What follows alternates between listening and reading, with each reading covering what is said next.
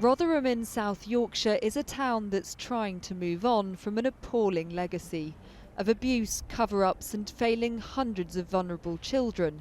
Jessica, not her real name, was one of them. I was 14 when I met my main abuser. He mentally, sexually and physically abused me. I was made pregnant twice.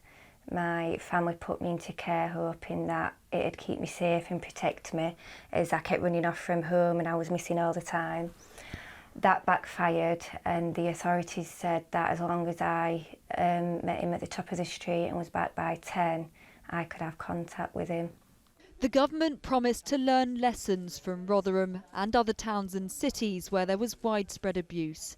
Looking around a counselling centre in Manchester, the Home Secretary announced £40 million of funding for charities, victims and a new centre of expertise which will help train police, teachers and social workers to spot and stop abuse.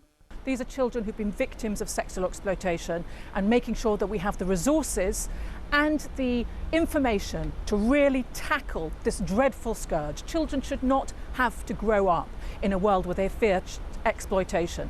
We really welcome this government commitment to tackling child sexual exploitation and child sexual abuse, but there is much more still to be done. For example, there remains still a flaw in the law where it remains legal for an adult to send a sexual message to a child. This legislation received royal assent back in March of 2015, but it's still not on the statute book. Jessica welcomes the funding but fears this won't solve the problem for the communities that need help the most. Again, it's important that they need to be involving the survivors in the decisions that are being made. They need to be spreading it out more across the UK. This doesn't just happen in certain areas, you know, it's not just in Rotherham or London or Manchester, it's in every town, every city. All over the country for so many years, child abuse was kept in the shadows. To prevent it in future, stories like Jessica's have to be heard.